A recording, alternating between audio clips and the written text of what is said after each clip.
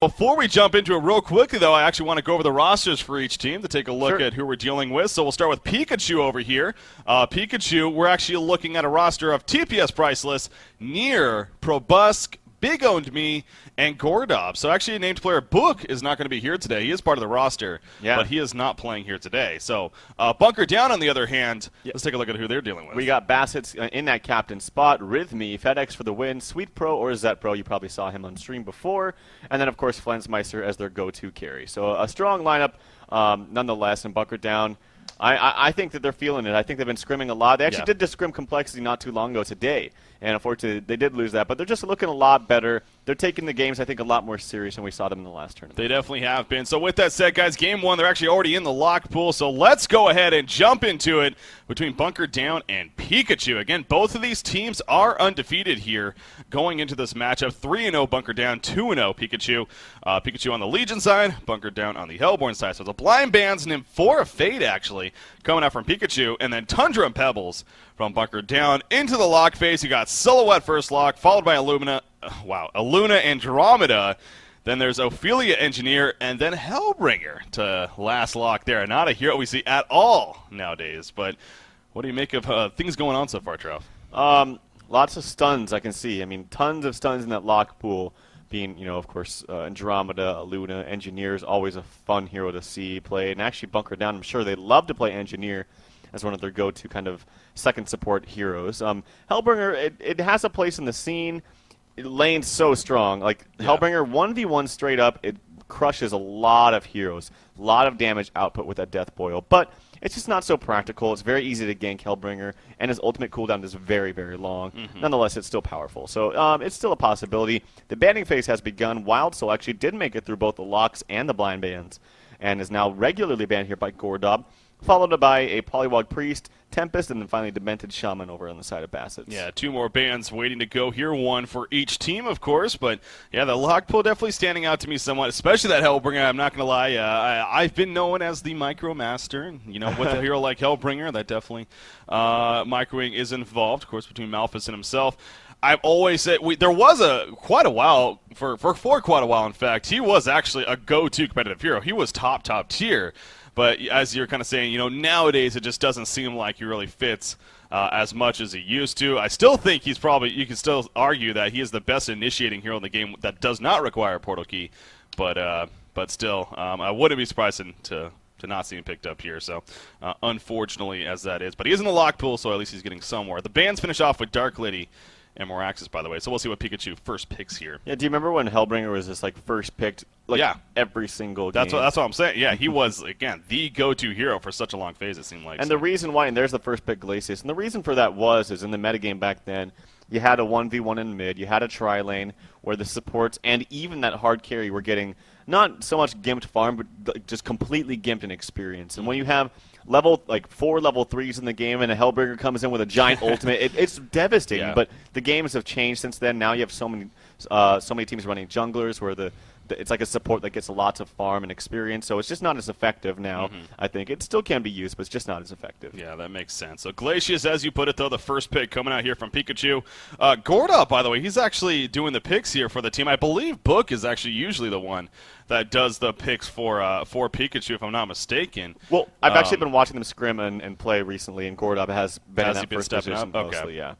So I'm kind of sad to see Book not here, though. He is kind of seems to be one of those standout players on Team Pikachu, and plays a lot of different roles. I got to say, when you think of Book, it's not like, oh yeah, he's the hard carrier. Yeah, he can play a lot of different things. So it's fun to watch him, especially. And then the Behemoth Torture coming out from BunkerDown. There's that Jereziah pickup. Was not banned here. It does get banned out frequently, and it's such a powerhouse and hard hero to play against.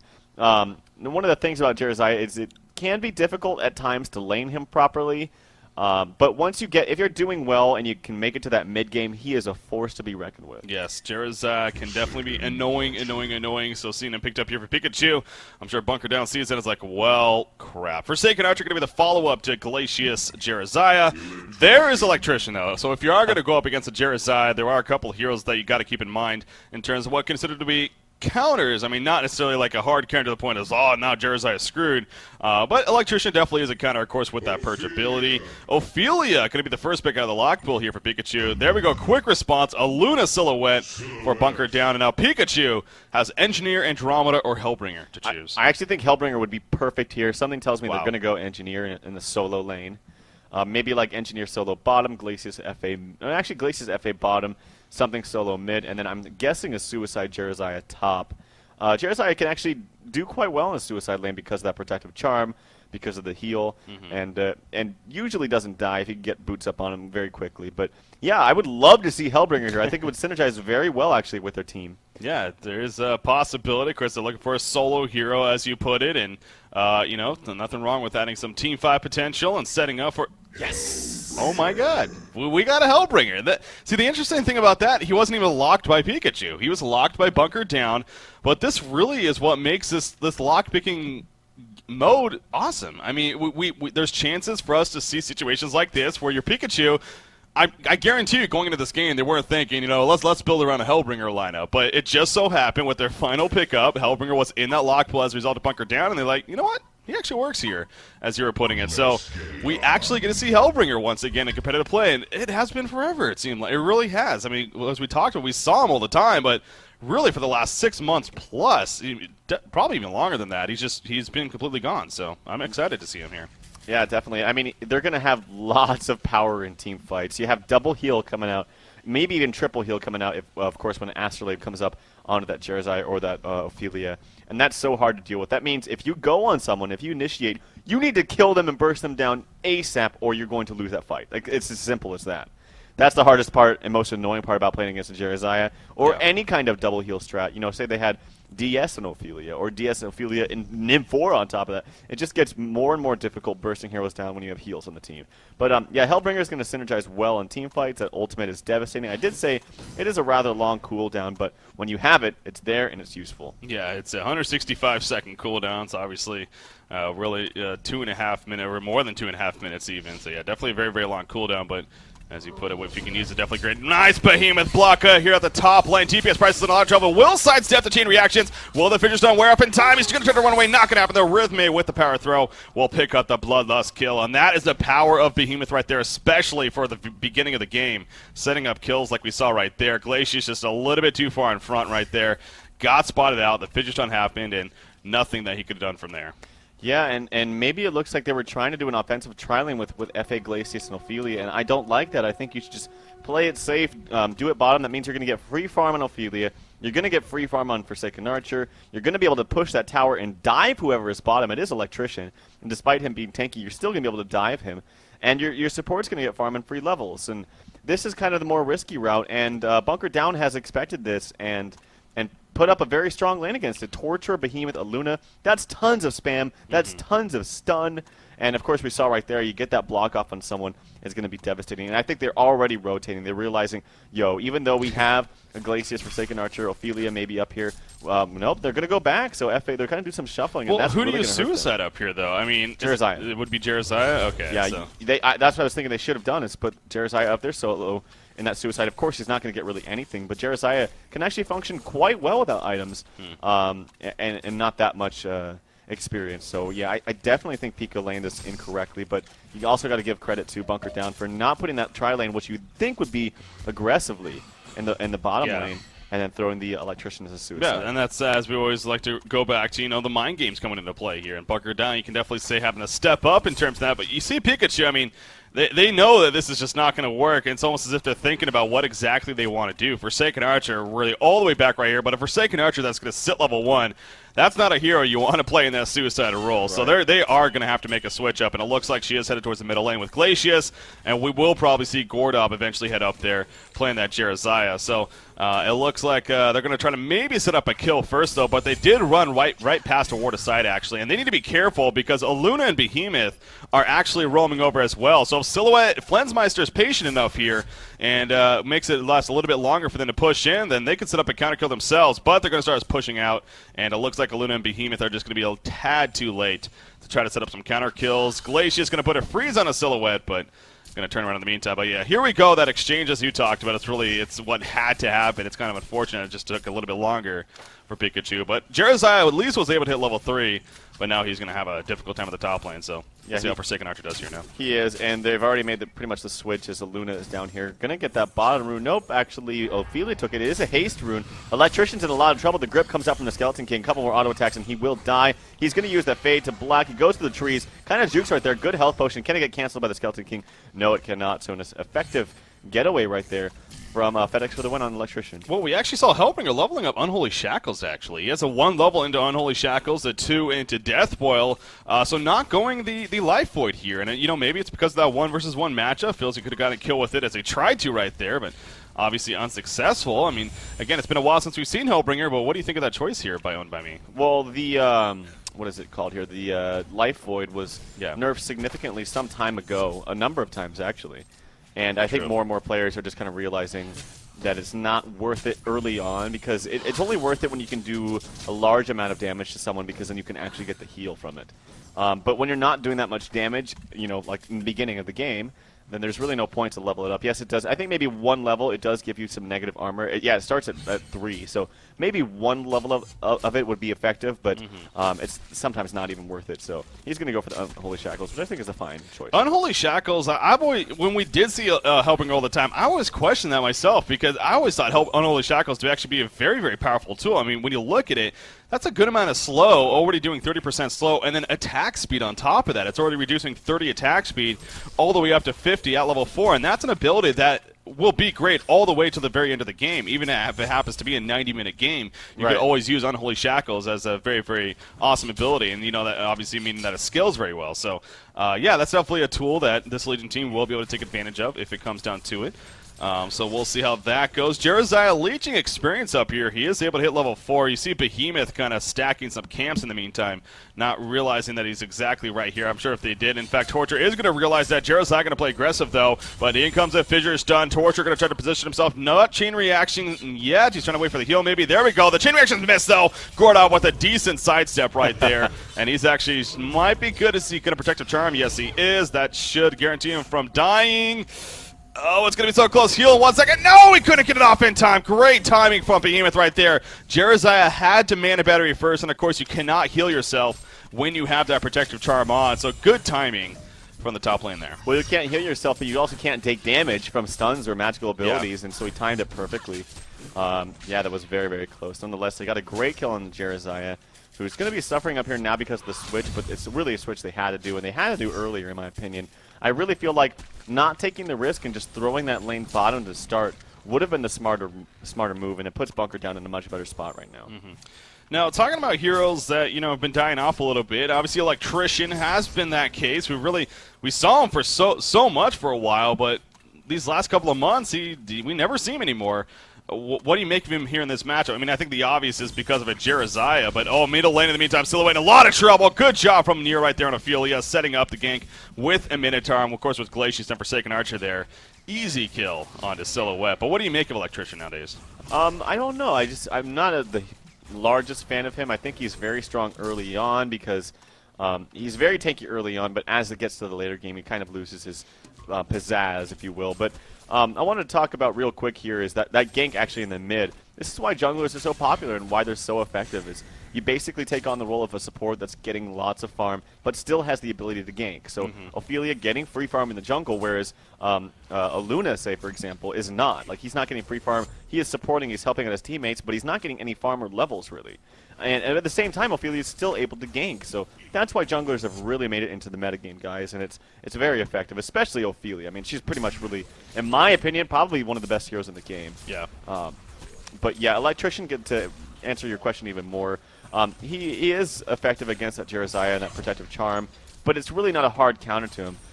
If anything, it's too difficult to counter everything because you you're either countering the Protective Charm or you're countering that Soul's Blessing, and you got to choose one. But overall, I think just the fact that the heal is a very fast animation and heals and actually damages people for quite a lot is the biggest reason why Jeremiah is the problem. Yeah, so Electrician is having an okay time here at the bottom lane, middle lane. In the meantime, there was a kill once again on the Silhouette, and again Ophelia there.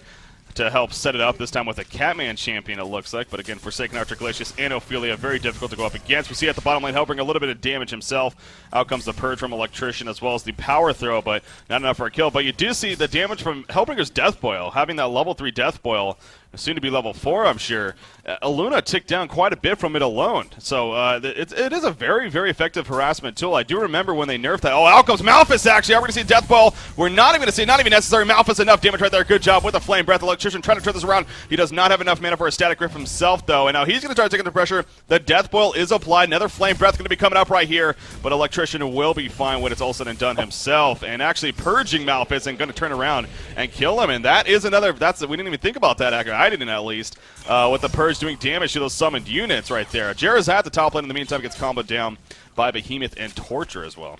Yeah, I didn't even know that was a summon unit that was available to purge. Of course, I know you can purge things like Tundras and minions and whatnot, but the Malphus, since it's an ultimate, I thought it might be exempt, but wow, that really did a lot of damage. So I guess another great tool, and actually Electrician, oh no, he's going to take out FedEx for the win. The Death Boil's not going to take him down because that Electric Shield just makes him a little bit too tanky. So a good counter kill coming out for FedEx for the win. You know, if he had that 1 level into Life Void instead of the 2 levels in Unholy Shackles, I think that could have been a kill for him. Granted, he actually was out of mana, I believe, so maybe not, but you said earlier, you know, maybe putting the 1 level might be worth the investment. I definitely think it is, at the very least, the 1 level, but still doesn't have it here. It's not really for the life regen that you get from it. It's the fact that 0 levels gives you -0 magic damage. 1 level gives you 3. And then it scales 3, 4, 5, 6. So it's like infinitely better to have it level 1. So yeah, it would have been great, you know, for both the life regen and the fact that it could have killed him. So right.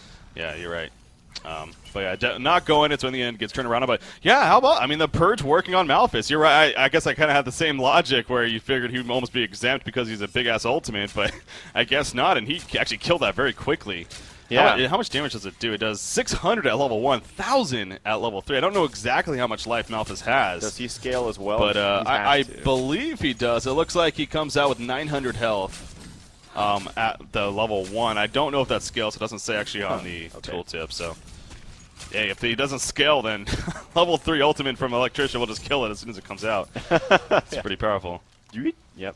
Well, it's like a Nullfire Blade basically, which just purge it and kill it immediately. So, but yeah, that's definitely. I mean, and it's not like that. He was even a counter to. I mean, Hellbringer was picked very last, right? So yeah. It's not like it was, oh, they have Hellbringer who has Malphus. Let's get Electrician. It's just kind of like, hey, an added bonus. Sweet. I'll take that. It definitely worked out right there. So take a closer look at this game. Actually, bottom lane Electrician is in a lot of trouble now. We see the damage coming out. He doesn't purge himself. I'm a little bit surprised about that, actually. Yeah. You figured he could have purged himself right there and maybe gotten away or even tried, but he just chose not to for whatever reason. So they're going to easily get the kill, push out this bottom lane.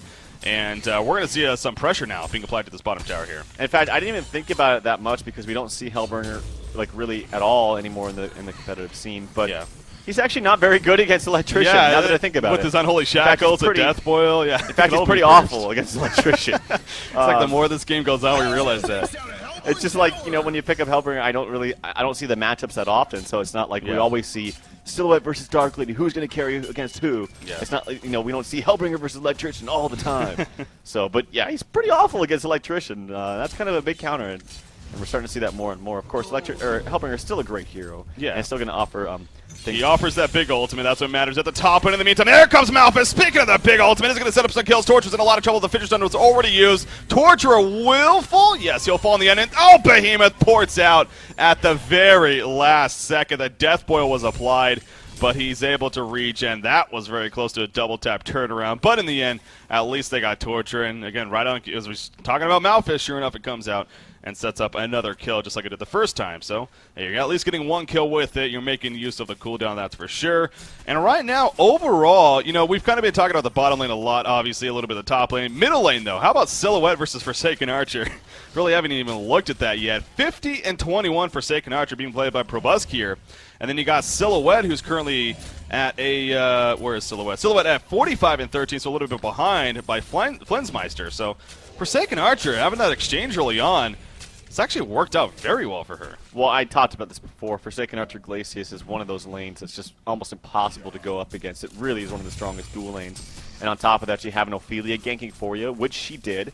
Definitely helped them out in that lane. So regardless of them having a slow start and having to switch lanes, it did not matter because they were able to crush with just this hero comp that's so strong. I mean, actually, just look at their entire lineup in general. Jerizaya, Glacius, Forsaken Ultra Ophelia, that is a strong freaking lineup.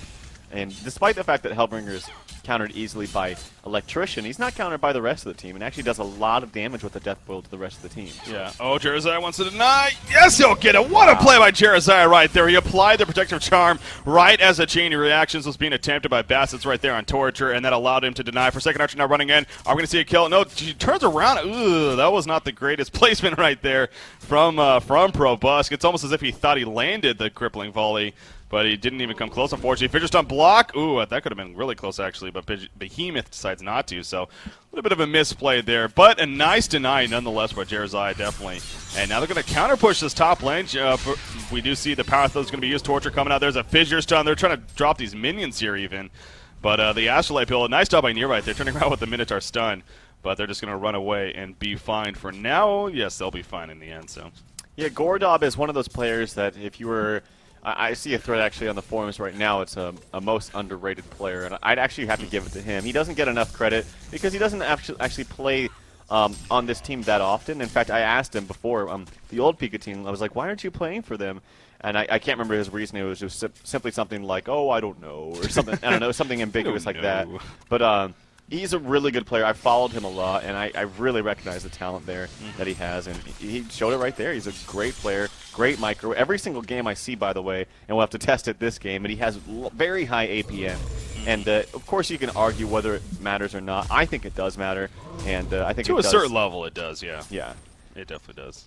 I mean, of course, there's always your effective clicking and your non-effective clicking, but still, I think as a general rule, clicking more is still always going to help you. And not to say that if you don't click a lot or don't have high APM that you're a bad player by any means. I'm just still saying I think there was actually, hold that thought there for a second, Hellbringer in a little bit of trouble. He does have Malphus if he wants to use it for a turnaround. There we go, Malphus comes out. Electrician now in a little bit of trouble. Nice job from Ophelia, locking him down as well. Will Electrician survive? I believe he will when it's all said and done. You see Behemoth with the Fissure Stun blocking them off. So it ends up being 0 kills instead of what could have been a 1 kill. Hellbringer at least saves himself with Malphus right there, but the first time using the ultimate doesn't actually get a kill out of it. But they will be able to make a little bit of a push down here at the bottom lane as a result of Malphus, and this is definitely another powerful tool of him. He cleans up the creep waves pretty quickly, and of course he can tank that tower for quite a bit of time. Electrician's not nearby, so this Malphus will tank for quite a while, and could actually be a tower kill depending on how BunkerDown decides to defend this actually.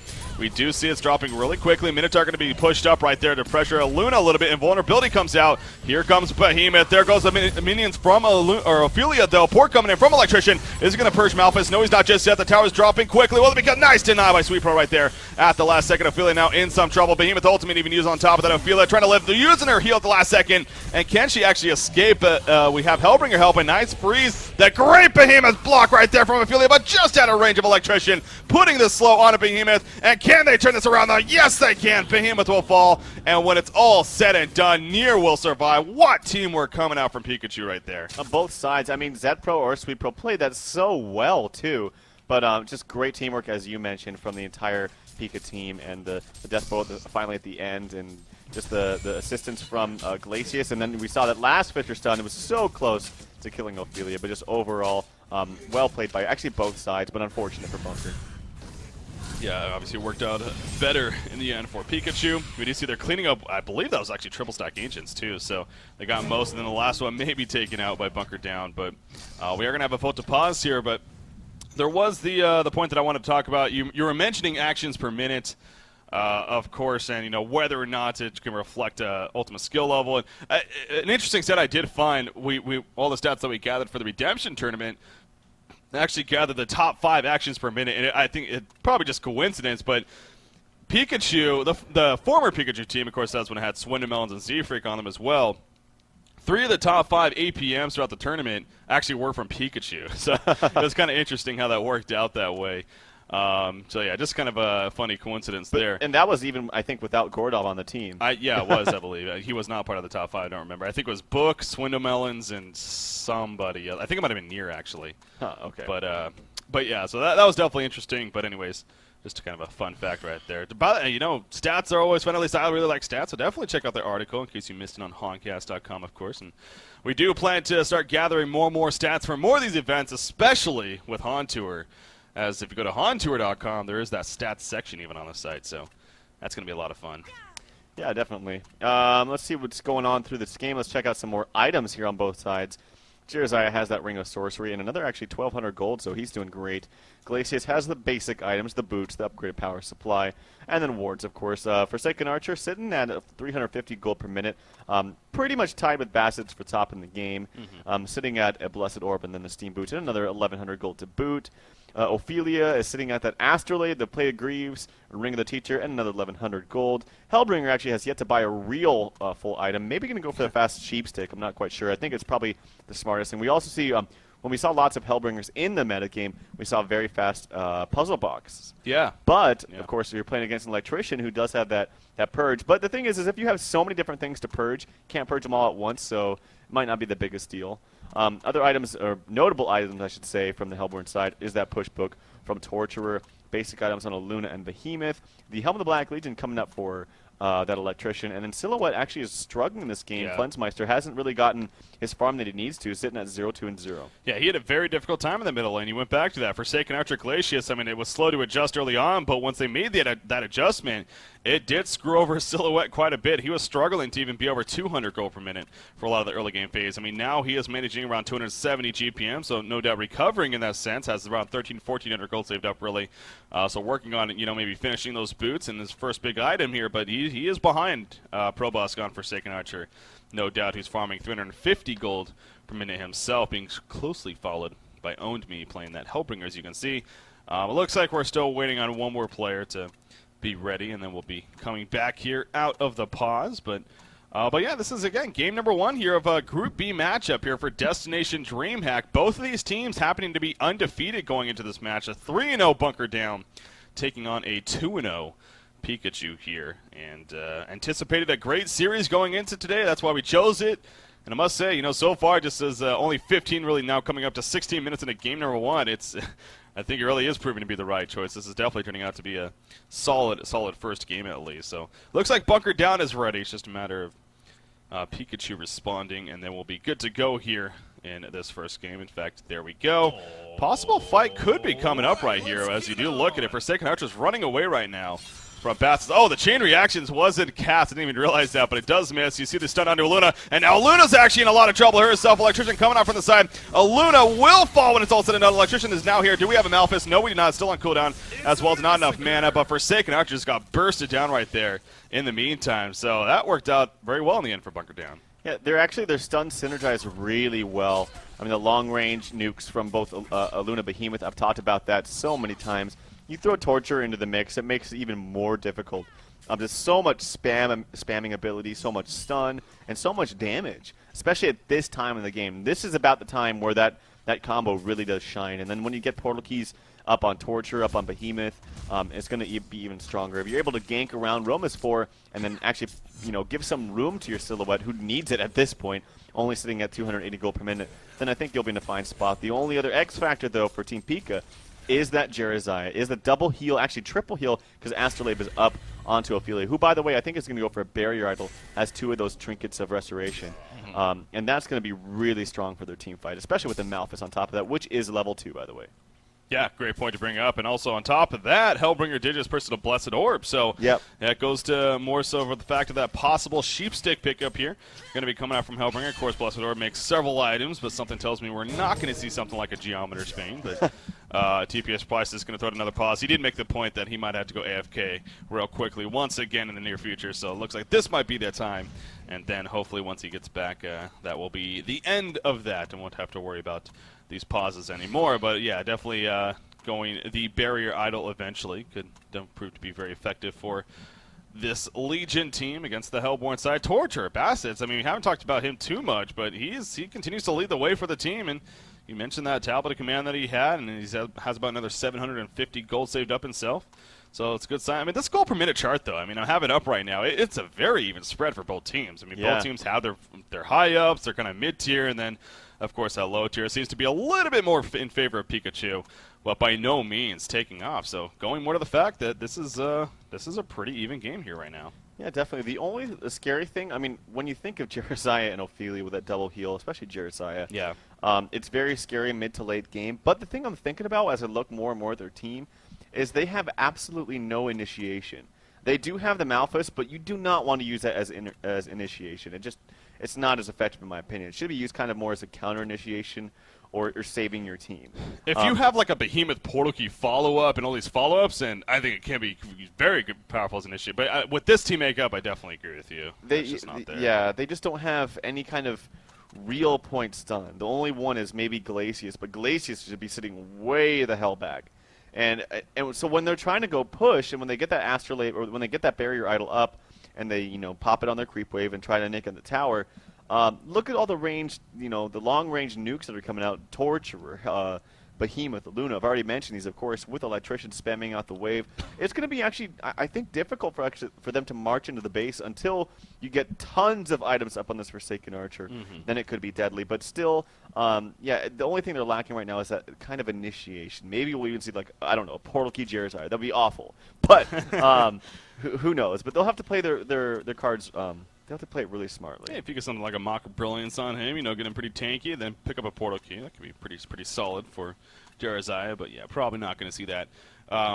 Speaking of items that we may likely see, Forsaken Archer does have a Life Tube to go on top of the Blessed Orb, so possibility of a Null Stone in the making there for her. And you look at this Hellborn team, you think that is a correct choice here for Probusk? Null Stone is always effective when you have a Jeremiah on your team, because especially against an Electrician, because then it is unpurgeable unless you're able to do it twice, or if you're able to have like 2 Nullfire Blades or a Nullfire Blade on top of that. But who's really going to buy a Nullfire Blade here? I guess Silhouette could, now that I think about it, but that's not what we typically see. Yeah. It's going to make her very squishy if she does go that route. But yeah, when you have a hero like Jeremiah, it's always effective to get a Null Stone. So I definitely agree with that pickup. Yeah, that's definitely a great point to go on top of the Null Stone pickup. So TPS Price is going to be waiting on him. Hopefully, again, not too much longer here, and then we'll be resuming here in game number 1. To go on that too, for people that are listening and they're like, what does he mean? What would the Jeremiah? Because if you apply that Protective Charm, you cannot cancel it. You have to find ways that can go that are superior magic that go through that. So things like Swap, things like Nullfire Blade, but Nullfire Blade will only cancel the Null Stone, not cancel the actual Protective Charm. So you have to have 2. So if they had, say, like Electrician and then a Nullfire Blade, they could do it. Yeah. So but that requires a lot of coordination, that requires a lot of farm, and it requires a lot of care onto just getting rid of that Protective Charm. Exactly, and then as you said earlier with Electrician alone, I mean, because then that's just one of 2 powerful buffs that Jeremiah can apply. Of course, the other one being the Soul's Blessing, and so it's like you got rid of the Protective Charm, and all of a sudden Soul's Blessing, and Silhouette's like, well, I'm useless. So Exactly. Yep. Yeah, it could definitely be very, very annoying. So it's really a case like in theory it may sound like a good idea, but in practice it really isn't practical, ultimately. So looks like both teams are ready now, and we're going to be coming back here. And once again, game number 1. So just over 17 minutes in, hopefully not to jinx ourselves, but that is the final pause for at least the rest of this game and can continue on in peace. So Luna's going to farm the bottom lane in the meantime by herself, trying to make up for just a horrid early game. Rhythme doing his best, placing a lot of wards, I'm sure, playing a solid support role, but not going too well in the farm, man. Not that that's too surprising, though, being a support role after all. Behemoth, how's he coming along?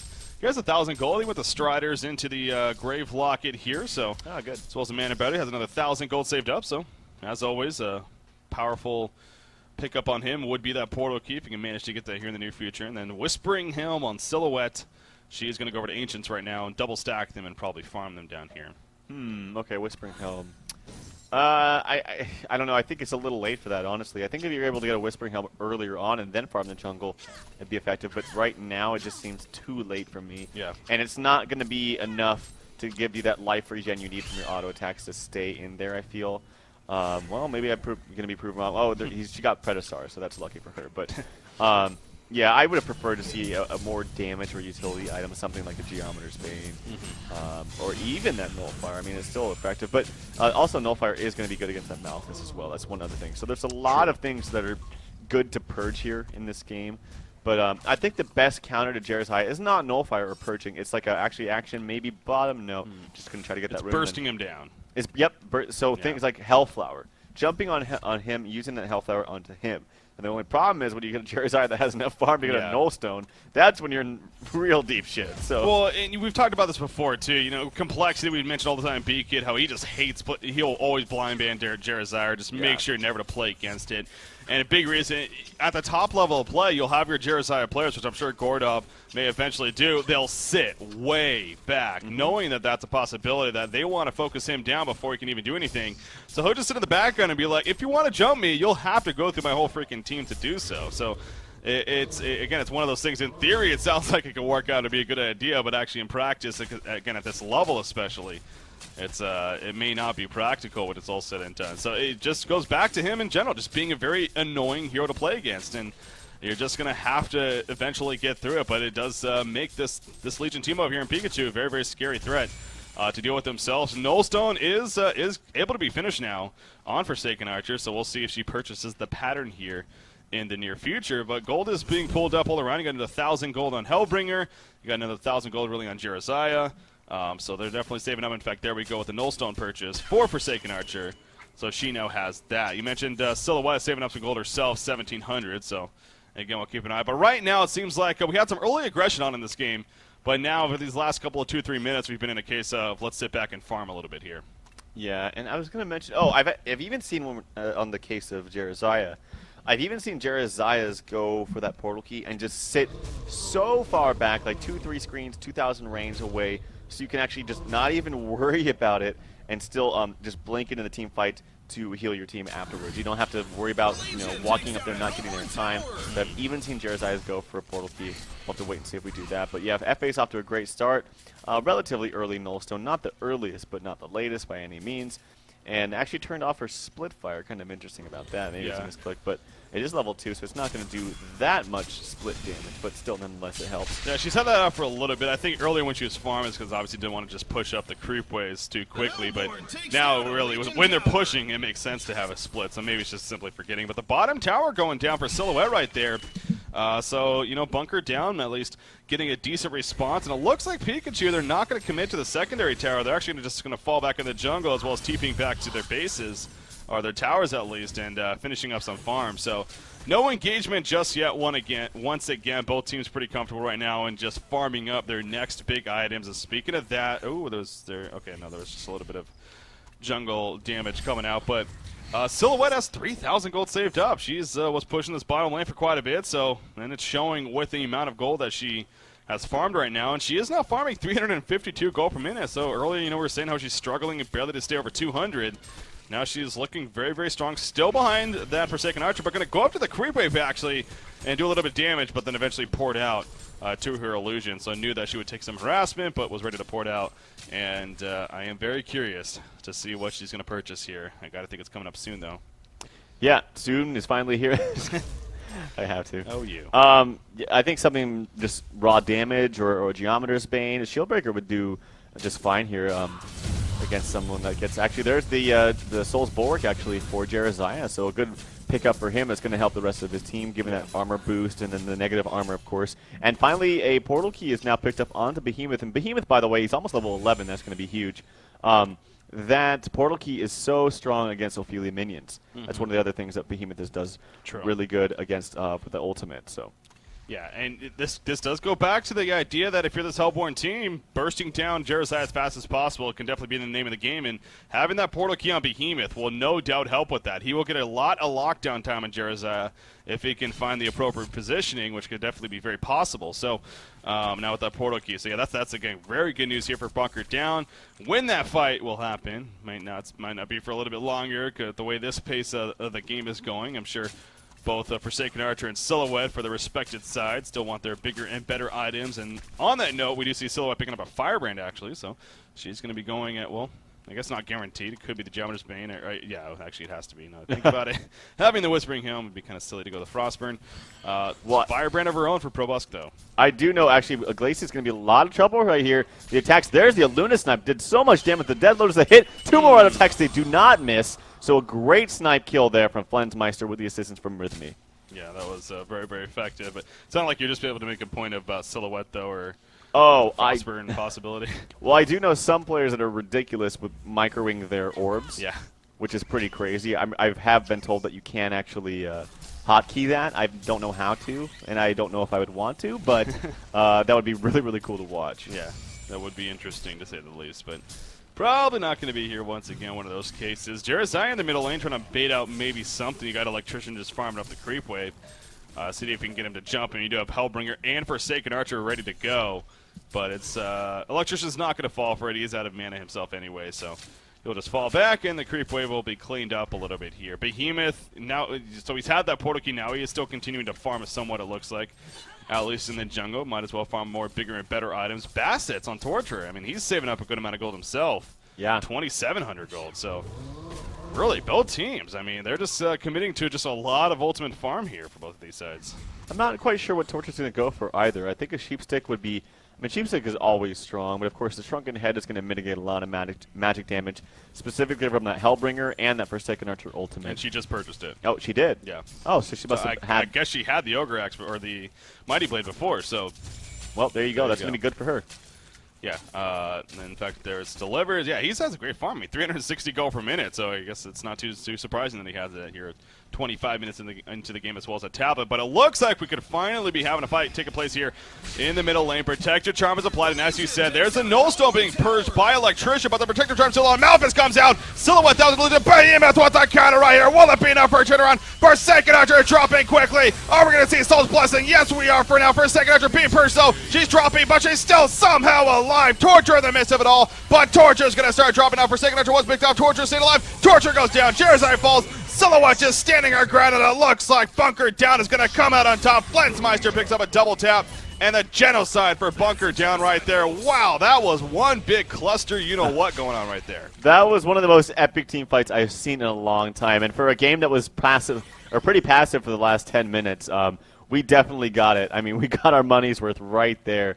I wasn't quite sure who was going to turn it. I thought that maybe the Legion side Pika was going to turn it with their massive heals. The barrier idol being popped, the Astrolabe, the heals from both Ophelia and Jeremiah, the Soul's Blessing. But the damage from all that spamming was just too much. It overcame the buyback, by the way, coming out from FedEx for the win. I don't think it really mattered that much. But, yeah, the damage coming out from all of those nukes. And then, of course, Silhouette just pounding in auto attacks the whole time. Just proved to be too much for all those heals. Yeah, that was epic. But like I said, man, Behemoth, that portal key pickup, huge for BunkerDown.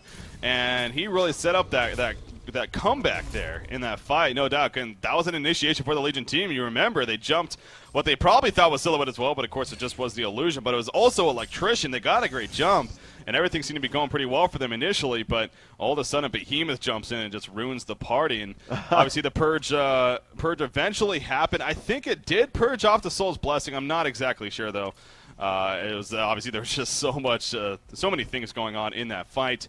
But we did see the Soul's Blessing go off, but it still seemed like Forsaken Archer dropped pretty quickly after it did. So great fight in the end for BunkerDown. I think it ended up being, what, a 5-for-2 exchange even? I think they still had 3 players alive at the very end, if not at least 2. But the big one, of course, being Silhouette, who is now really she is not taking off as much as I thought, actually. Forsaken Archer is still winning the farm battle at 423 gold per minute. Silhouette, though, is at 410 herself right now. Well, the thing is, they're trailing right now in a significant experience loss.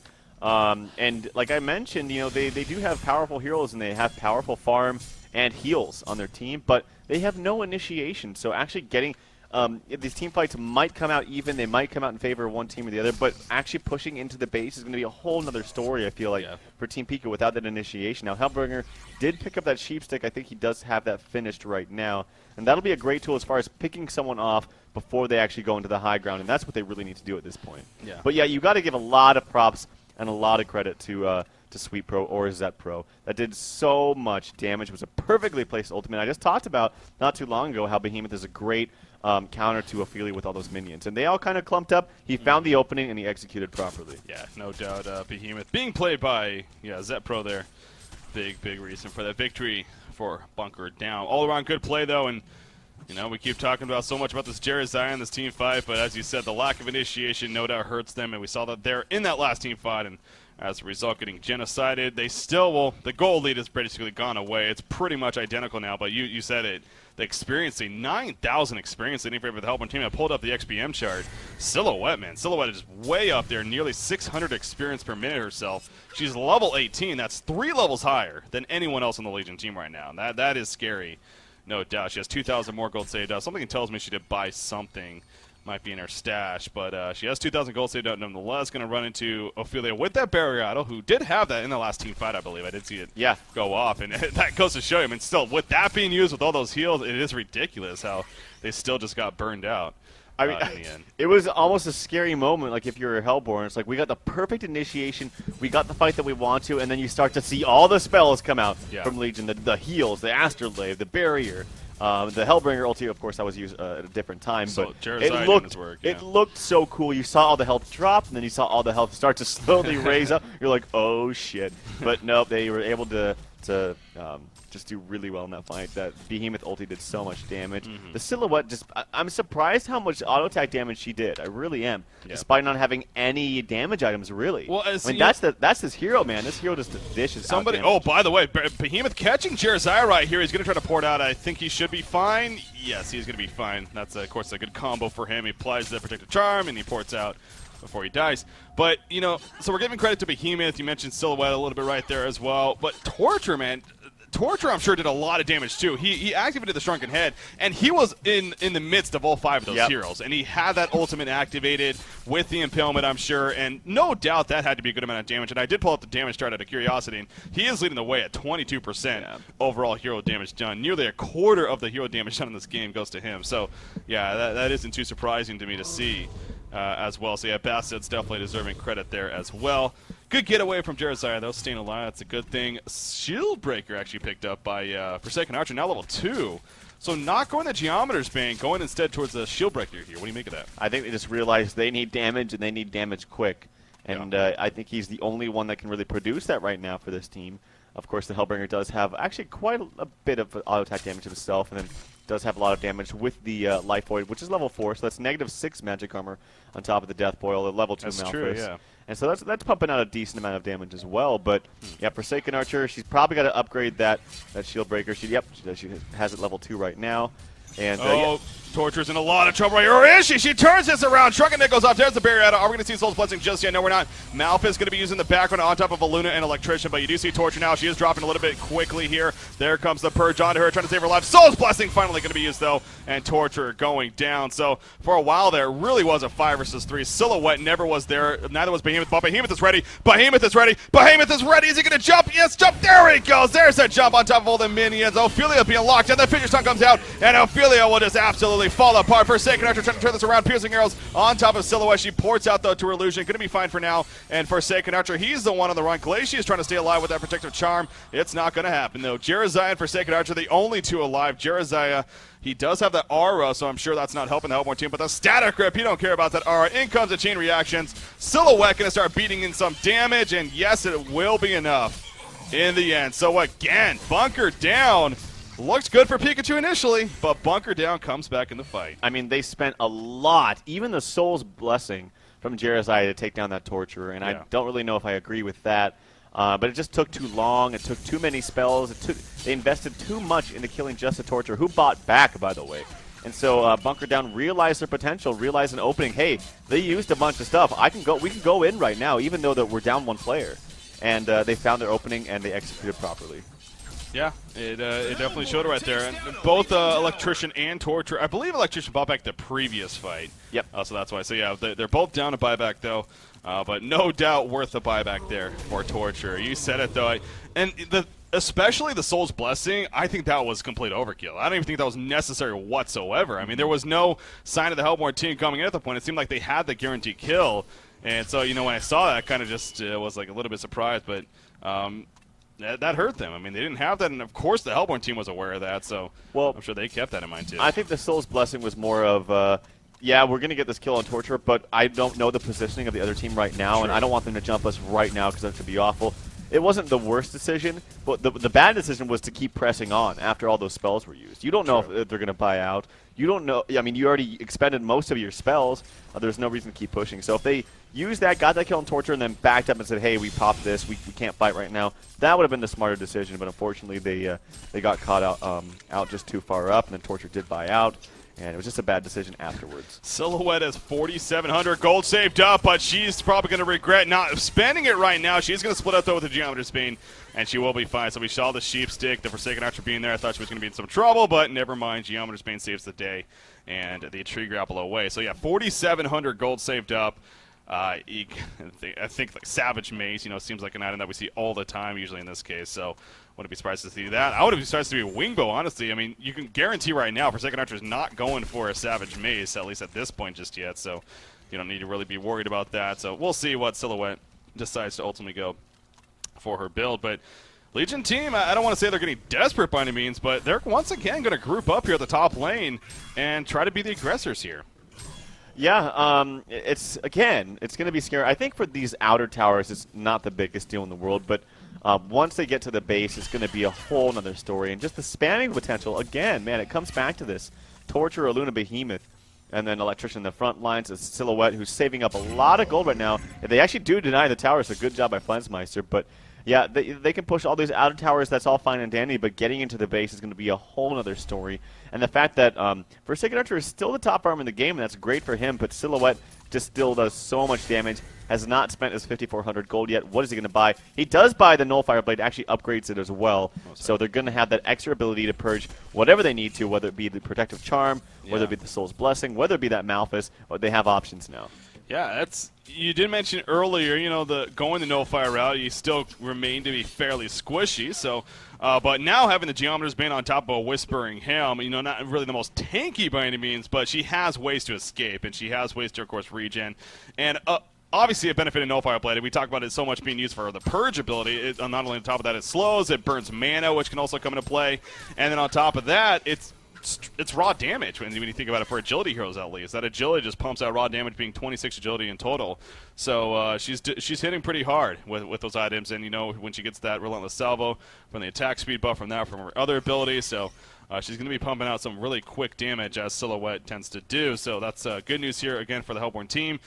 Electrician pushing the bottom lane by himself a little bit right here. Silhouette's kind of behind. You see the Vagabond's going to spot Silhouette, and actually Ophelia will turn around because of that. So kind of just scouted some things out, but doesn't like what she sees. Geometer's Bane just finished on Forsaken Archer, though.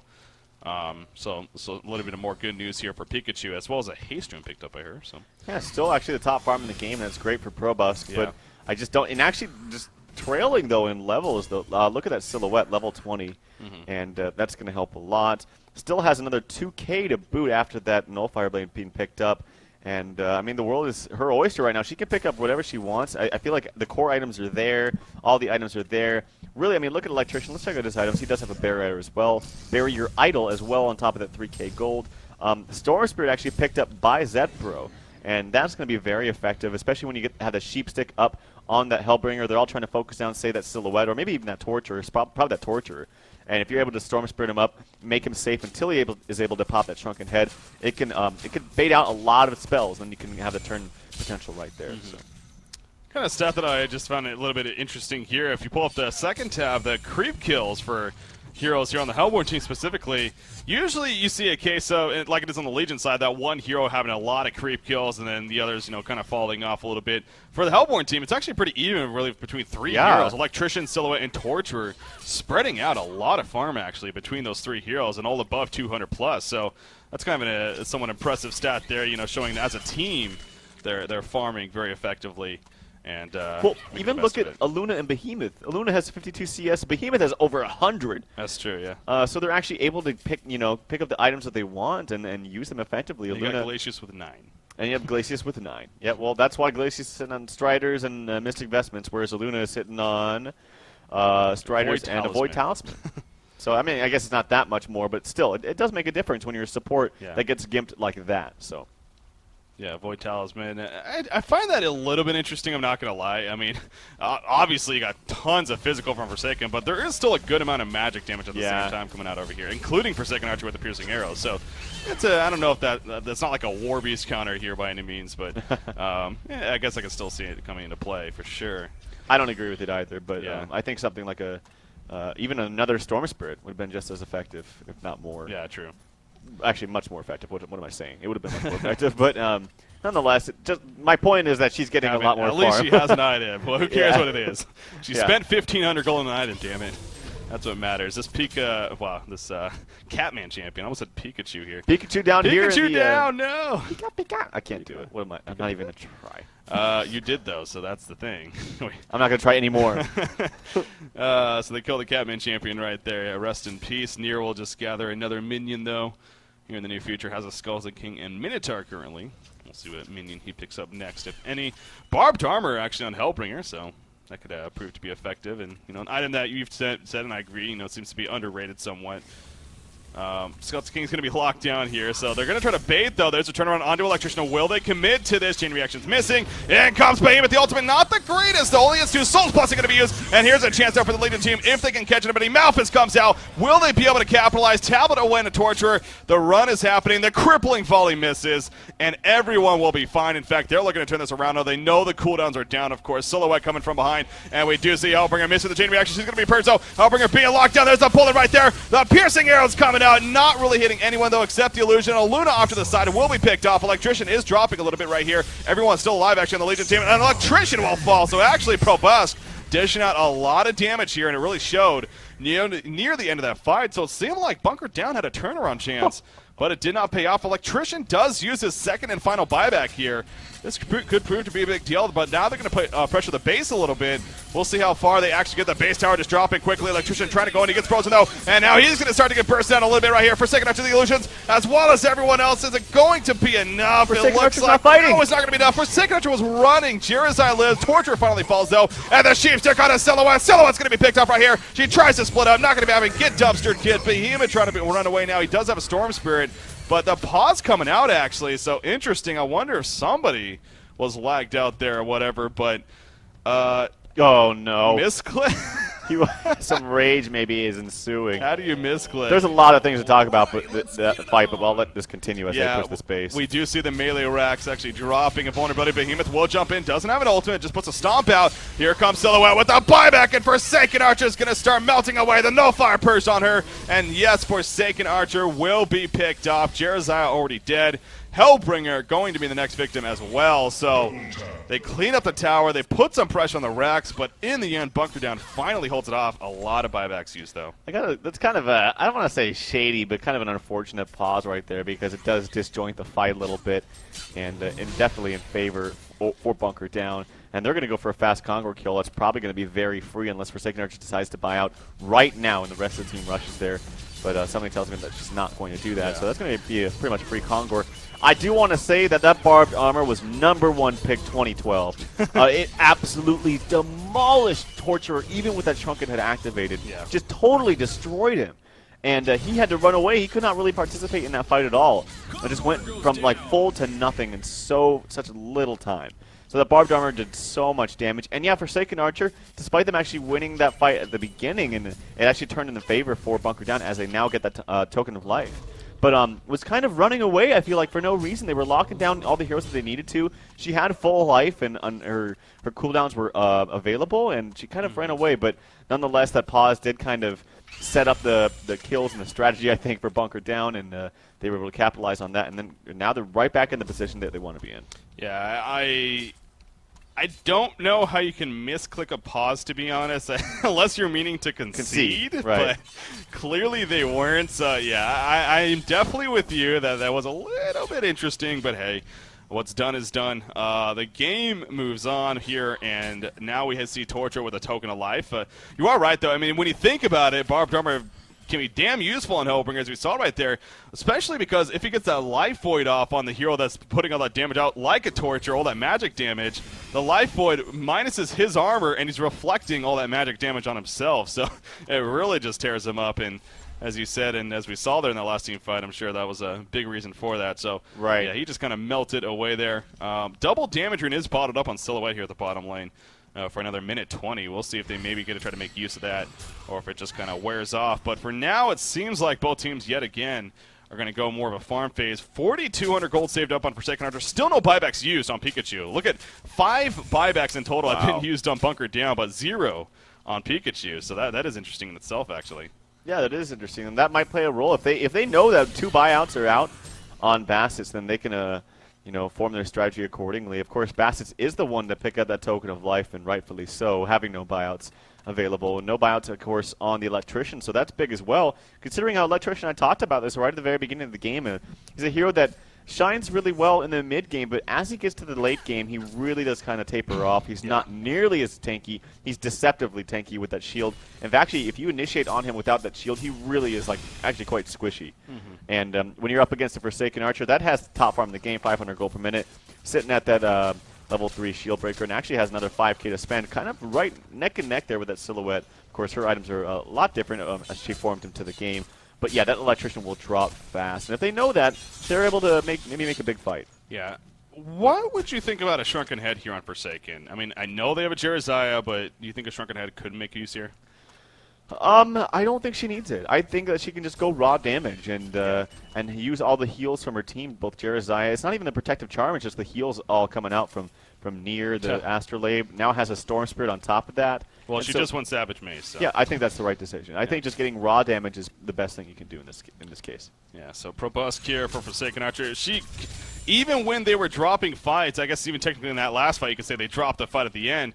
I mean, she still remains to be the top farm of the game. Probusk just keeps doing his own thing in that sense. And so, I'm sure that's been a part of why Pikachu has been able to kind of hold on to this game. What was a lead for them earlier on, kind of gave it away almost. And, well, so great play by BunkerDown, but I guess in the end, this really has been actually just an even game. So never really has been either team getting too far ahead of the other.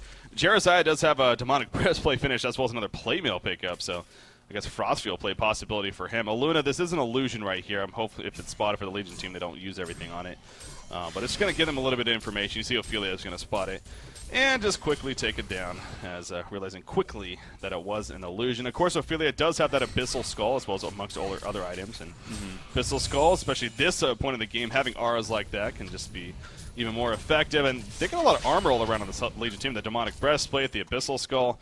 So that's starting to add up as well, and that's going to start negating a decent amount of damage from Silhouette when you think about it. So, but both teams, again, in a state of let's farm up a little bit here now. Yeah, and it's Pikachu's going to have to fight their fights very smart, and using that sheep stick on the Hellbringer, I think, is going to be the big key. Again, that barbed armor is such an important pickup, and it basically makes it so you do not want to go on that Hellbringer if she gets it off. And if you do go on him before he gets it off, you still have all the heals coming out. So it's a great combination with this team. It's worked out so well already.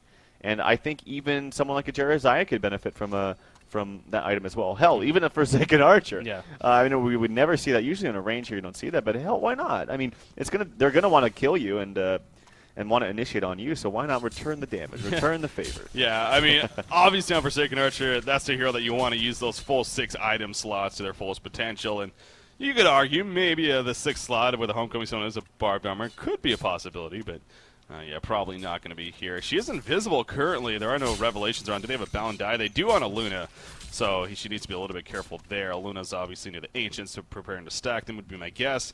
So going to be fine in that sense. Torture has another minute 30, really, just close to that at least, remaining on the Token of Life. So I don't know if the Hellborn team is even going to look to use the Token of Life. Unless they start making a push now, it's just not going to happen. It doesn't look like they are. So Portal Key on Hellbringer, by the way. We're going to see some Portal Key initiation Hellbringer. Wow. The Malphys. How about that? Well, I mentioned they do need that initiation, but I don't know if you really need it on Hellbringer. Maybe the similar strategy I was talking about with Jerizaya, who gets a Portal Key and just sits so far back and then doesn't have to worry about getting caught or doesn't have to worry about catching up to their team once their team gets initiated on to use their spells for counter initiation. I guess, but I think getting just simply more tanky is the best route, especially when you have a barbed armor. If you're able to mitigate a lot of damage at the same time returning all that damage, it's a really good combination. So I think more of a tanky route would have been more appropriate. Of course, the Frostfield Plate is being picked up on Jeremiah. I would have mentioned that would have been a great pickup on Hellbringer, but it's already being picked up. So maybe even something like, hell, you could even go, even a Hellflower on top of that Sheep Stick, but something more tanky would have been my preference. Now, speaking of Hellbringer, I know we brought this up earlier with the Malphus and whether or not the life scales. It looks like it does. It is at 1,500 right now, so just to confirm that at level 3. So that will be 500 more life than the Purge does from Electrician. So because I was curious, if it still was 900, you could argue that saving that Purge just kill Malphus right away may be worth it, but maybe you could also say, the Malphus ultimate, the big part of it is the initial stun that comes with a huge AoE. So we do see at the bottom lane, Silhouette jumping, but at what cost right here? Silhouette's in a lot of trouble. Silhouette will get turned on. What was Flensmeister thinking? She thought she had the free jump. She had an illusion ready to pour too, but she had absolutely no clue the team was there. Flensmeister down. She cannot buy back for 70 seconds. That could be a moment of, we just threw. Yep. Or you just threw. I mean, there's no one else involved. That was all him. And that's unfortunate. I mean, you make a decision, you regret it, you learn from it, but you just can't do that at this stage of the game. When there's a Sheep Stick, and then good job by Own Me by getting that off very, very quickly. Yeah. That was a very, very easy counter initiation, and that's like 7K gold that was spent, and you need to go here, Felix. You cannot. Yeah, we see the portal key from Hellbringer. Malphus is going to come out on top of the life void. Torture being the one locked down. He gets the Shrunken Head off, but you see Forsaken Archer in the back on pounding into Electrician. Electrician dropping quickly, going to Storm Spirit himself in the air. Soul's Blessing has not been used yet. Jeremiah is still waiting for the right time to use that. Of course, Silhouette down for another 30 seconds. They realize she's not buying back. They are going to be going all out right here. The tower will fall. Behemoth just delaying as much as possible. He still has an ultimate level 3 here if he wants to use it, but they're pretty much just going to give this up, and that probably is a correct choice if you're bunkered down. I mean, without Silhouette, you are not going to be winning these fights. So they lose the barracks. They're going to go to the middle lane, try to maybe get the melee racks here. 10 seconds left and counting for Silhouette, down to 6-5, so she will be getting up here. Now this is decision time here for Pikachu. Do they keep this going? We see Shifty got for second after. Silhouette is porting up. Behemoth jumps in, locking them down. Luna that was her porting in. Silhouette still running in, actually. Jeremiah going to be sourced, but obviously Soul's Blessing in. Soul's Blessing comes down, and Hellbringer taking the damage. Torture dropping quickly. Silhouette comes in, though, but she's dropping so quickly herself. The Soul's Blessing just too much to handle. Electrician just forced to fall back. Behemoth can go back in. He doesn't have an ultimate, though. He'll just fissure stuff, but the racks will fall, and Forsaken Archer is going to go for a portal key out. Glacius may be picked, but Silhouette's actually going to port back to her illusion, so they may clean up a little bit, but the damage is done. I mean, they got almost two sets of racks there. They got plenty of hero kills. Pikachu is definitely in the lead now. And then at the very end, of course, the Luna Snipe did take out TPS Brycel and the Glacius. The Ophelia ported back who was that? The Hellbringer, and then sent him up in the air with that Storm Spirit, and then TP'd himself out, so they were both able to get home to safety. Great play by both Nier and Own Me right there. And did you just see the damage of that barbed armor? Yeah. Did so much damage. Of course, the Soul's Blessing able to keep him alive even more. The Life Void on top of that was able to help him assist with that life regen. Wow, what team fight from this team. I mean, look at all those heals. Look at the cheesy nature of not just Jeremiah, but man, that barbed armor on the Hellbringer. And this is a hero we never see, Breaky. Yeah, it isn't, but, we got Owned Me here definitely owning up the Hellborn team with this hero. And playing it pretty damn well. So we're excited to see it in the first place. And no doubt he's had an impact here for Pikachu. I mean, that initiation was solid, but it goes back to Flensmeister. We've seen him a couple times recently. He's actually been a standout player for me, at least. I've definitely appreciated his play. A great carry player. It was a very risky move there at the bottom lane. You made the point that, you learn from your mistakes. Everyone has a moment like that where you think you have a sure thing and it completely turns for your team. But that, no doubt, that just set up all of what just happened right there. Pikachu would not have had any of that without him getting picked off. So they're now up. They got 2 melee racks. See, I keep saying they're up, but actually look at the team stats. That is kind of fascinating. 13,000 experience lead, and it's still as slighted as it is a gold advantage for the Hellborn team. So you look at the stats, and it's like, well, actually, the Hellborn team's in the lead, but Legion's team is just in such a better spot. Oh. And wow, Genjiro just straight up right-clicked by Forsaken Archer, and she now will have a Genjiro Energizer also on Glacius, by the way. Genjiro's actually really good for a number of reasons. One, of course, one, you get the double invis effect, and that's always effective, like moving in and out of a team fight. 2, you get the slow, which not only just it slows for a massive amount, but it goes through Shrunken Head as well. Kongor, by the way, taken out very quickly by BunkerDown. 3, with the Genjiro, it's a massive stat-building item slot in just one slot. It's a very expensive item. I think it's the most expensive item in the game. 409 max damage.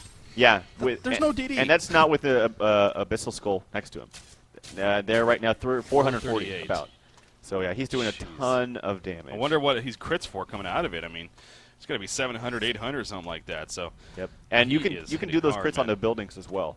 And you don't have to worry about them missing uphill, of course, because you have that Savage Mace. So all of these items are working well together. So I like the item choices by Probus. You also, I mean, I gave a lot of credit to Hellbringer specifically and just the whole team makeup, but Probus is playing this fantastically as well. I love Torture going to Barbed Armor himself. Barbed Armor versus Barbed Armor.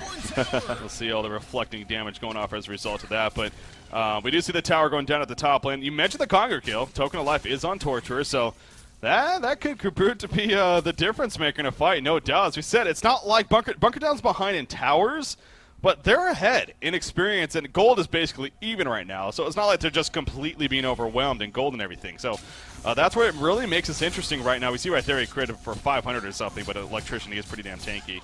But still, decent amount of damage coming out from Forsaken Archer right there. Kind of burning his mana as well. I'm just going to clean up this creep wave. And then maybe wait for the next one to try to make more of a push. Of course, the tower already being dead, it's a matter of going into the racks, but this still is a very threatening Hellborn team here. It's not like, again, you're just overwhelming that you can just push right in and be confident with just winning the fight. So you can understand them playing a little bit cautious here. Forsaken Archer's level 25. The Nullstone is going to be purged by Electrician right there. So the Nullfire will be able to take off this Protective Charm if they want to initiate. So we see the jump in from Silhouette, but she ports out quickly with the Illusion. And it's going to be continue to be a stalemate. But while this is happening, the bottom and middle lane are being massively pushed, and this obviously is the problem with your racks being down.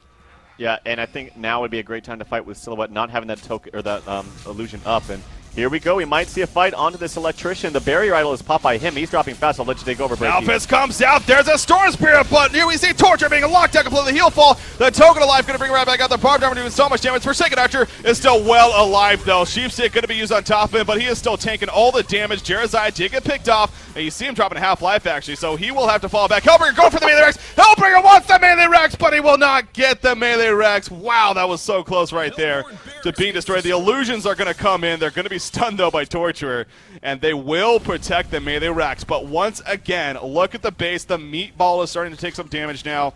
You're the Hellborn team. You're maybe happy you won that fight somewhat, but your base is still being demolished. And here comes the second Archer. He's going to... No! Raphaelio! Poor... It happened too quick. The Hellborn team is probably completely confused right now. They're like, where did he go? That would have been epic. Yeah. I saw it coming. I was like, oh, they could. You don't know what they could do? They could send him back and he could invis in. And, oh, yeah, he clicked it way too soon. So, damn. That would have been so fun to watch. But nonetheless, the damage has still been done. They did a good job. They killed Jerizaiah before that ultimate was able to eventually come out. And that's what you have to do. I mean, that's the problem with Jerizaiah. You always have to go on him first. And despite them actually winning that fight and being successful in it, you know, when you're down racks, it always makes it more difficult. Yeah. And they actually did lose another rackster. They lost the mid racks or the range racks in mid. So yeah, and again, as well as all the towers and everything that were there. So again, saving the melee racks barely, but really, what did that accomplish in the end? You know, you do look at the big picture, and it's continuing to be in a pretty difficult spot here. But this, you know, we wanted to cast this series, hoping to have a great series. And game number 1 still, remind you. We are coming up to the hour mark here between Pikachu and BunkerDown. Both these teams still undefeated here in Group B. And right now it's still undecided who's going to take game 1. Despite being an hour in, I am completely baffled at who's going to win this game. I mean, yes, Pikachu has an advantage, but BunkerDown, their team is still very, very strong. And they are not only keeping him up with farm and it's being even, but again, they still have a large experience advantage overall on top of that. So they do. And I think a lot of that goes mostly towards this this Electrician. Here comes Forsaken Archer, though, wants to find a pick onto somebody. No, he's just going to push up this lane. But I think most of that experience is going down to the Torture's level 24, too. Torture is as well. Yeah. I think mostly, though, what I'm talking about, though, is Electrician. It's a hero that, again, is not offering all that much in these fights. True. And that's what I talked about at the very beginning of the game. He's very good in the early to mid-game stages, but in the end here, he doesn't really have any like standout items. Yes, he's quite tanky, but he doesn't really do much. Like it's not, he doesn't have a sheepstick. He does have actually a portal key right now, so that is something. So yeah. that'll help out a lot more. But before that, he was just kind of a big tanky mess. Look at all these revelations put out at the top lane by the Hellborn team. They're really making sure Forsaken Archer doesn't try to ninja in. And sneak on the kill. Behemoth will jump in first. Here comes Torture. Here comes Electrician. They're going to burst him down. Storm Spirit going to be used, but Hellbringer's picked up before he does anything. Jeremiah can even get off a Soul's Blessing. He's going to Storm Spirit, but Forsaken Archer's already dead. And BunkerDown is in a great place right now. Jeremiah is falling here. He will be able to pour it out. Yes, he will. He got purged, but he survives. You see the towers at the shrine. They take a little bit of damage, but not nearly enough to be confident for Pikachu. So great initiation there from the Hellborn team. That completely caught not only me off guard, but Pikachu as well. Really good jump, and then Hellbringer bowed out for no reason right there, unfortunately. So that's not only going to hurt him as far as gold, but it's going to be one less buyout if it does go to a much later game. It's already about 1 hour, guys, so we got a very action-paced game despite it going this long. So that buyout was unfortunate, but really good jump from them. They knew, actually, the ward just came up from Legion's side. TPS Price has just placed it, but they saw their opening. They knew they were all clumped up, and they just executed all one by one with all their portal keys. They now have, I think, 3 portal keys in total. Yeah, they do. And that's really, really... Oh, no, it's 4, actually. Yeah, they have 4 portal keys because the portal key now picked up on Electrician. So they have massive initiation, and they executed it perfectly. Yeah, they really did. And this goes back to me saying, I mean, as good as it was looking for Pikachu right now, that's by no means a confident win here. Like, in most games it would be, but this game definitely not. Right now, BunkerDown is for the first time, putting pressure on Pikachu's base. And they will eventually fight it off. They did use the invulnerability and are going to have to start pushing back the middle lane, which of course is in their favor because of the racks being down. But BunkerDown bunkering down, you could say, and holding off the eventual final push of course, the towers at the shrine and then the shrine. So, and even the mega creeps. I mean, this really is setting up to be a game where we could honestly see mega creeps, and it still wouldn't surprise me if BunkerDown comes back after that. It's just that crazy. But man, Forsaken Archer continuing to hit hard.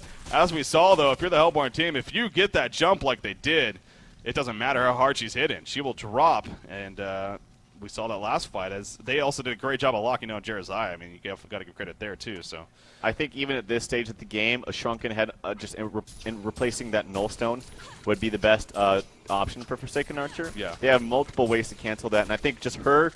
At this point, going up there, beating on the racks, getting mega creeps, she has two more buyouts to work with, might be the smartest route. We'll have to wait and see. But, yeah, it's weird because they're in a great position. They have the 4 racks down. They have so much farm on Forsaken Archer and tons of team fight.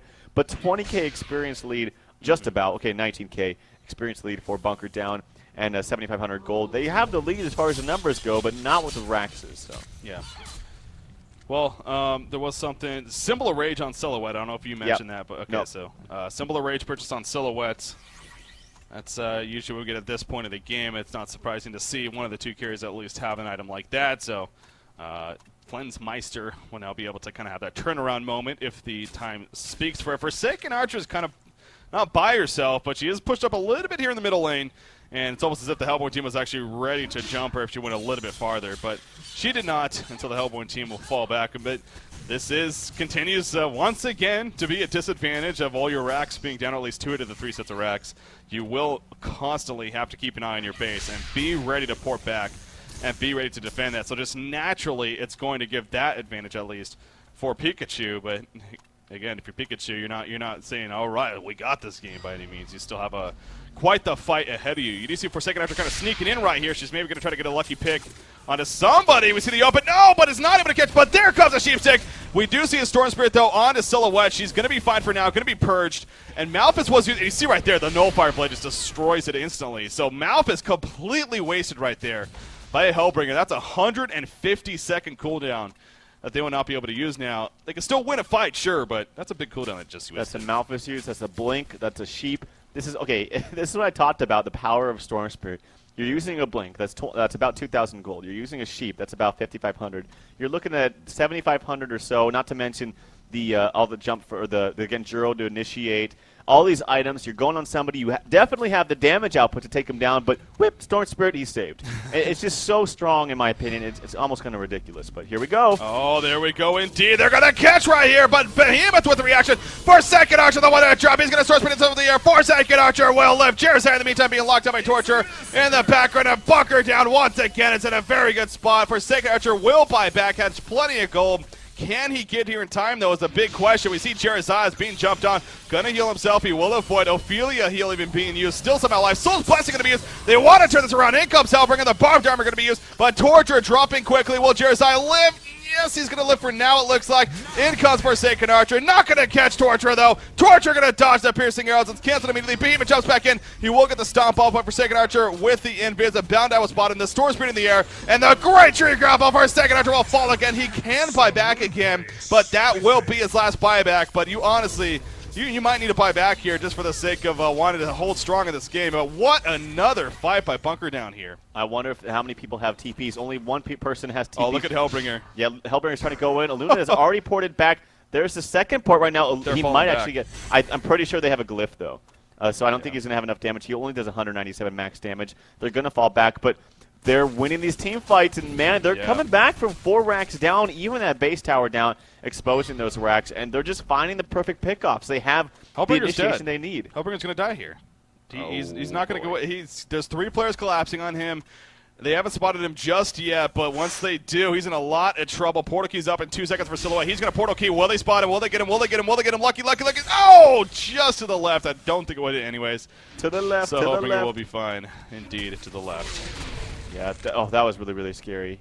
I think they just need to go man mode. The only problem here now is Forsaken Archer did use 2 of those buyouts. Say she had 1 left, they could just go man mode, separate everybody as they push into the base, and just go all out on racks, and then just buy back and wait to try to defend. A token of life could be good too, though, and Glacier strong aggro right there. That's not good, but there is a ward of sight here. Oh, this could get really ugly. You see the power throw coming through, and if that power throw didn't happen, I think Forsaken Archer might have still committed to that, and that would have been bad. So that's actually good the power throw happened for them because it made them realize that they were spotted. So that was close, though. They're going to go back in. So this, as always, could be such a huge moment in a game like this. 64 minutes in, over the hour mark now. Forsaken Archer pounding in so much damage to Kongor, but it's still not quick enough. She's using the illusions, spreading them out for scouting purposes, trying to get some information. But we do see the Hellborn team making their way over now. And we are going to possibly have a Kongor fight coming about. Wing Courier going to be used. They want to spot this ward of sight. You see Glacius coming in with a pound and die. Will they jump on this? One more attack, one more attack. There you go. And it's dead. I can understand being a little bit scary to try to kill that. But obviously, both sides are very aware at the Kongor pit now. So we're going to have this good old standoff here. I got to say, Zetpro is playing his ass off. He's playing so well. Everything he's been doing, he's been initiating when he should be leaving, but it's paying off perfectly. Manning up when he needs to, knowing when he can't. And it's just really making the difference in this team. I got to say that the countless number of times he's initiated on this Forsaken Archer alone has just really proved to win the team fights for his team. So really well played by Zetpro so far. Yeah. I still can't get over this. BunkerDown has been down 2 sets of racks for a while now, yet they're still in a 24,000 experience lead and nearly a 16,000 gold lead now. They don't have any racks. They don't even have any base towers killed themselves, yet they still have that crazy lead despite both of their sets of racks being down. It really makes you look back at that Flensmeister pickoff even that much more on how Silhouette got picked off at the bottom lane, and just to think how that didn't happen. I mean, you got to figure maybe BunkerDown would just be overwhelming them here at this point, but it did happen. That's kind of a result of why we're here right now, but they're going to go for it. Ninja Kongor. You see the Legion team, they killed the Courier. Nothing was on it, though. Not the biggest steal in the world. But we just see Electrician going to Portal Key. He Portal Keys in, actually. Now he's in a little bit of trouble. He's taking some good damage, but not nearly enough for a kill. And he'll fall back, but you do see Forsaken Archer again. The damage output she's putting out is pretty ridiculous. Torture is ready to jump. He's just sitting up here on the cliff, says, come over here. I won't hurt you. Forsaken Archer's not going to fall for that, though, but love these moments, Trail. The great standoff here at Kongor Pit. It's always fun. Is this going to be another one of those TDM, TT Esports games? I sure hope not. But let's hope not.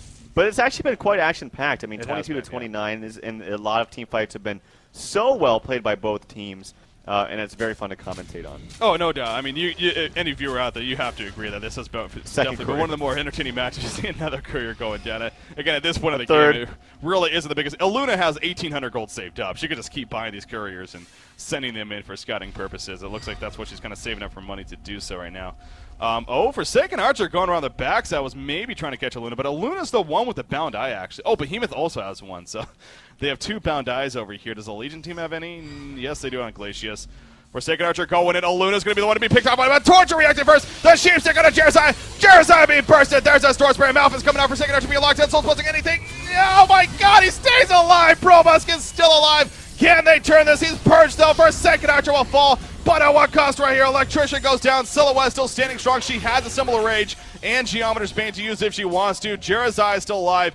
Forsaken Archer, the only one picked. So was Electrician. Right now, 1 for 1. But BunkerDown, no doubt, has Pikachu on the run. Silhouette looking to pick off Jersai. Jersai, a couple rounds. Nice trigger upper right there. And Jersai will fall. A double tap coming out. He's an ultimate warrior. Make that. Glacius will fall as well. Or excuse me, that was Ophelia.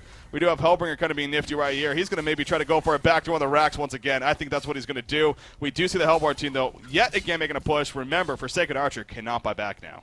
Cannot bite back. 45 seconds of free reign, pretty much. And Jersai is not there either. Ophelia is dead. They're going to be able to get these racks. They might even be able to get 2 sets of racks. Look at the top play. We do see Hellbringer trying to go in, but Behemoth and Aluna are here and looking to turn this. Hellbringer realizing that this wasn't the smartest choice after all. Barbed Armor may protect him a little bit, but he is going to drop right here when it's all said and done. Portal Key maybe? Oh, he gets the Portal Key off, actually. And he will survive when it's all said and done, but the middle lane is going to be cleared up. 17 seconds still on Forsaken Archer before she resurrects. They're going to go for the top tower, at least. They're definitely going to get that. Will they get the racks? It's going to be so close. I don't know. Malphus is not up, but Forsaken Archer will be up here in 2, 1. Are we going to see a TP? No, we're not just yet. There's a Sheepstick on a Torture. Torture gets the racks, but Torture maybe in a little bit of trouble. Sheepstick going to be coming out. Forsaken Archer running with the Genjiro. Comes out with the attack. You see the damage of it. Going for another Genjiro proc. And there we go. Oh! The portal key by Torture at the last second. He'll chain reactions to clean to the trays. And Bassett will live. Great getaway. And I think BunkerDown now is officially in the lead. Oh, man. Well, yeah. I mean, he actually kills a DD room right there. That's kind of funny. But, I mean, statistically, they were still up as far as experience goes for quite some time, but they're in a fantastic spot. And if not just because of the numbers, but just their morale and the way that they're playing as a team, I feel like there's nothing that can stop them at this point. They're playing so well. The synergy is just on point, just between everybody. And actually another courier dies. I'm sure he has like 8 more to go. But just want to use those just for scouting purpose, I think, as you mentioned. Man, I think the biggest stat, though, Silhouette has officially taken over Forsaken Archer as a top goal per minute. I really think Forsaken Archer's been the top goal per minute for this whole time up until now. Yeah. So Silhouette finally takes that over, and it shows. Again, Jiro picked up herself, as well as Post-Haste purchase on top of that. So we got Forsaken Archer doing a lot of damage. Well, Silhouette definitely doing a damn amount of damage, too. Especially with that Relentless Salvo. Again, the attack speed is just absolutely absurd with that. Conqueror still, he's regenerating quite a bit, but now he's about half left. They're going to go for a pick, though, once again on it. Jersai. Jersai Storm Speeded in the air is the support here, though. He was ported back by Ophelia, but Ophelia will be the sacrificial lamb when it's all said and done. You do have Hellbringer up here. And at the top lane, Forsaken Archer is trying to be crafty and go for the Rax kill. I think they're kind of desperate at this point. They realize that Mega Creeps are really the biggest deal. Wasn't vulnerability used? Yep. Okay, it was used. He's going to commit to it. All the ports coming in. Behemoth comes in. Oh, my God. Oh, my God. Oh, my God. Oh, my God. Oh, my God. No, he can't get it. He tried for the final auto attack, and he couldn't get it. Behemoth locks him down. I love it. Oh, I understand, but, oh, that sucks. It does. It does suck a lot. I mean, one more attack, you would have had it for sure. Here comes the bottom lane creeps, though. They're still going to do a lot of damage. The great thing, though, for BunkerDown is they don't have to worry as much, especially in the mid lane, or the mid lane and top lane, as that will be pushing out pretty much just as much. Well, of course, they don't have double range racks, but they're in a great spot. They just got Conqueror. The Token of Life goes to whom? Torture. I think she sold the bananas or something, or destroyed them, and then she just picked up the Token of Life. So it's like, you know what? We don't even need these right now. I'm pretty sure that's what just happened. Can you sell bananas? You can, yeah. Okay. It's for like 200 gold. Yeah, or something I would like say it must not be for much. Maybe like 300. I'm not sure. Well, they figure they don't need them, and they're probably right, honestly. Well, I guess I don't know. Behemoth could benefit from them, I suppose, but they don't care. They're going to push this lane. They have 20 seconds to reign. They know Forsaken Archer doesn't have a buyout, and they're dishing a ton of damage into this tower. They're probably going to get these racks. Yeah, they're getting these racks. There's 10 seconds still left. This is going to be not mega creeps because the range racks are still up in the other lanes. But the bottom lane will be – nope, they're going to leave it. Wow. They just leave it. Was that on purpose? I find that a little odd to be on purpose to leave a range rack for no reason. I just think, I don't know, they should have gotten it. Yeah, there was one more auto attack, but they fell back a little early right there. I mean, Second Archer was just about to resurrect, but she still had a couple seconds. They just want to play safe, though. They got the melee racks. That's what really matters. And they're going to fall back and be patient enough. So we're now 72 minutes in. No doubt one of the better games we've had in a long time. Obviously, this is getting up there. To think about it, we still have another 20-plus minutes before it gets up there with the TDM versus TT Esports match that we had. I know. The Redemption Tournament. So still a little bit of ways to go for that style of play, but still it is up there. It's no doubt one of the more memorable matches recently. But, yeah, BunkerDown,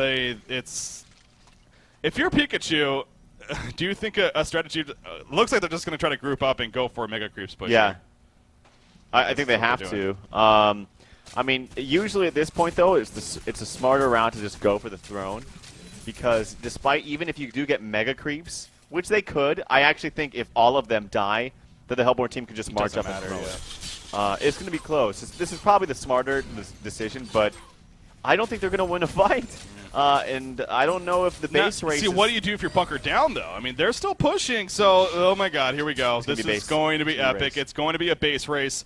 Here we go. Behemoth and Electrician are here. We see the lockdown for Second Archer to the front lines. Malphus comes out. It does stun Electrician. But there's Behemoth for Second Archer being locked down. Still, Chieftain comes out. Jairus, the barrier going to be there's Assault Blessing. The Rax goes down. The ranged Rax now taking the damage. Will they spawn Mega Creeps? No, they will not. First Second Archer falls. And the Hellborn team is just going to run through them yet again. We see Hellbringer trying to go on the backside. He's going for the tower, actually, on the Shrine. So just getting so desperate here.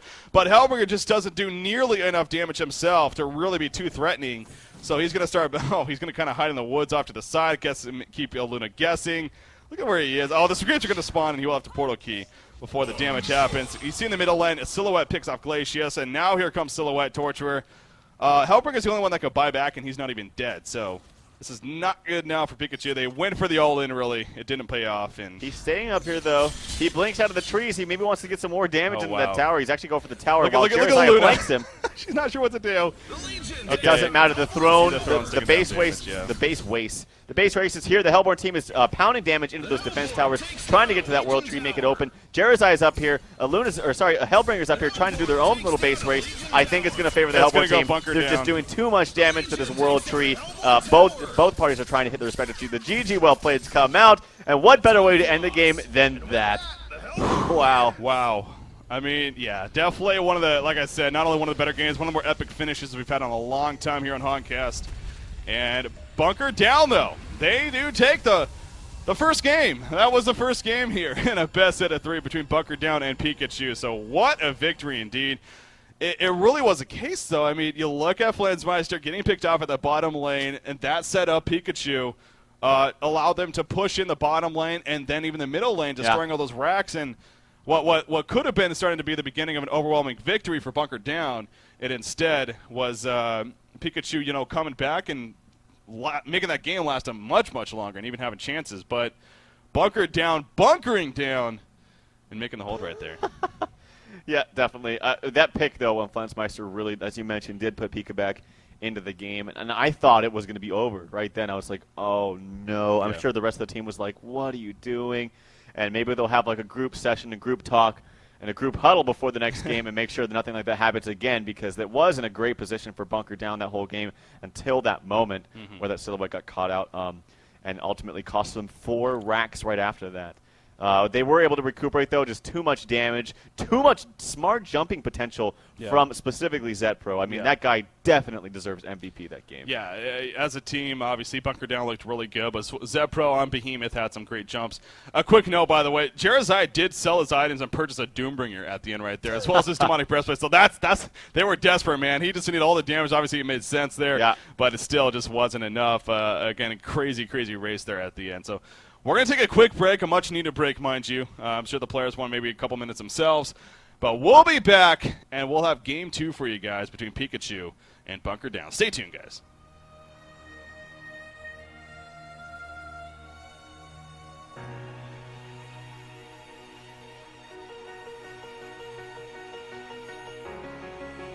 VD.